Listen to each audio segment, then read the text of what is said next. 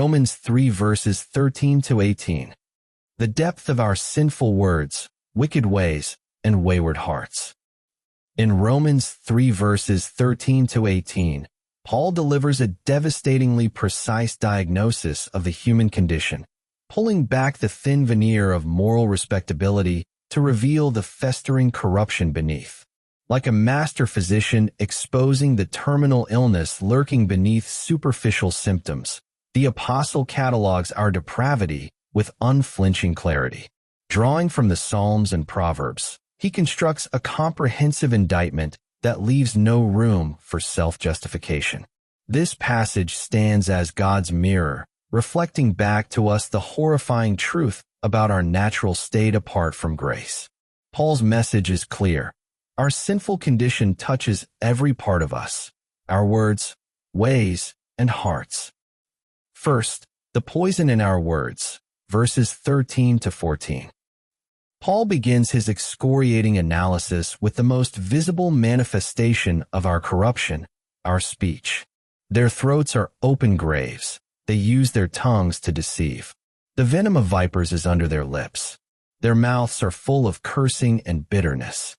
The metaphor of the open grave, to fuss and augment us, is particularly jarring. Our words don't merely conceal corruption, but actively exhale the stench of spiritual death.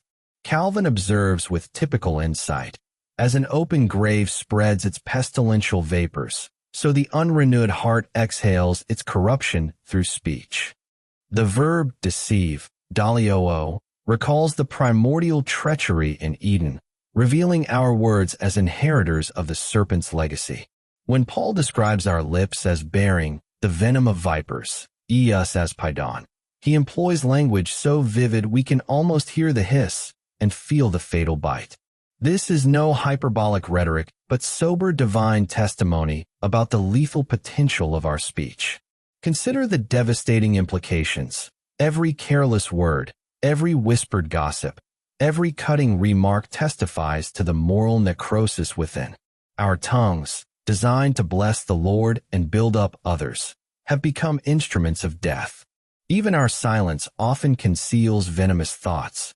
Have you truly reckoned with the corpse-strewn path your words have left behind? The wake of broken relationships, discouraged souls, and defamed reputations? This is the harvest of our unregenerate speech. Second, the violence in our ways, verses 15 to 17. Paul's indictment deepens as he moves from verbal to physical violence. Their feet are swift to shed blood. Ruin and misery mark their ways. In the way of peace they have not known. The imagery of feet swift, oxes, to violence suggests not occasional lapses, but eager, habitual bloodlust. The trail of ruin, suntrima, and misery, taliparia, left in humanity's wake stretches from Cain's field to today's headlines. Hodge notes grimly, the history of our race is written in blood, each page testifying to our murderous propensities. Yet Paul's concern extends beyond physical violence to the systemic brokenness permeating human relationships. The way of peace remains foreign because we are fundamentally peacebreakers rather than peacemakers.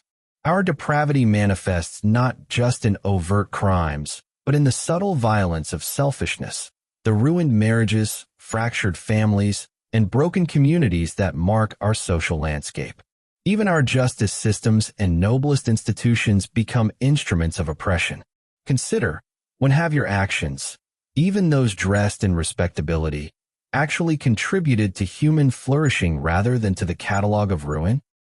Third, the root of all sin, wayward hearts without reverence, verse 18. Paul's diagnosis reaches its climax by exposing the taproot of our corruption. There is no fear of God before their eyes. This simple declaration unmasks the fundamental disorder of the fallen human condition. The fear of God, that holy awe and reverence that properly orients creature to creator, has been extinguished in our natural state. As Luther observed, where God is not feared, there is no stopping place for sin. Our problem isn't primarily bad behavior, but disordered worship, the catastrophic reversal whereby we dethrone God and enthrone ourselves. This absence of holy fear explains the catalog of sins preceding it. When God ceases to be our reference point, our words become unmoored from truth, our actions from righteousness. The terrifying implication is that all our supposed virtues are ultimately forms of self-worship unless rooted in right relationship with God. Edwards warns, without the fear of God, even religion becomes a polished form of self-interest. Has your heart forgotten how to tremble before the holiness of God? Have you substituted sentimental affection for biblical reverence?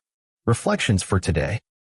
Paul's unsparing diagnosis leaves us no quarter for self-defense.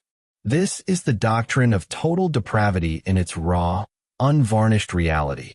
Not that we're as bad as possible, but that no part of us remains uncorrupted by sin. Our faculties, mind, will, emotions, all bear the marks of the fall. Our words betray the death within us. Our actions spread ruin despite our best intentions. Our hearts instinctively flee from God's presence. First, let this truth shatter all pretensions of moral self-sufficiency. When you're tempted to compare yourself favorably to others, remember, the standard isn't human respectability but divine holiness. That cutting remark, that cherished grudge, that secret indulgence, all testify to your participation in humanity's moral bankruptcy. Even your righteous deeds, when examined under God's light, reveal mixed motives and imperfect obedience. Second, recognize how this depravity manifests in our cultural moment. Our digital age has amplified the venom of our lips through social media's corrosive discourse. Our systemic injustices reveal the institutionalization of Paul's ways of ruin. Our therapeutic culture has eradicated the fear of God, replacing it with spiritualized self-help. The church itself hasn't been immune. Our worship often reflects human preferences more than divine worthiness. Third, let this drive you to Christ as your only hope. The doctrine of total depravity is the dark backdrop that makes grace shine all the brighter.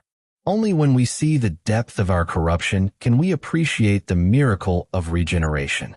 That God would justify the ungodly, Romans 4 verse 5. That he would make rebels into children, that he would transform death-filled throats into instruments of praise. This is the gospel's glorious paradox.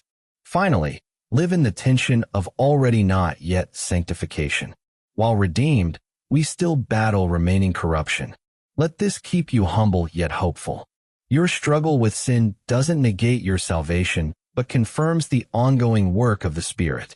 Each victory over corrupt speech, each choice for peace over conflict, each stirring of holy fear testifies to grace's transforming power.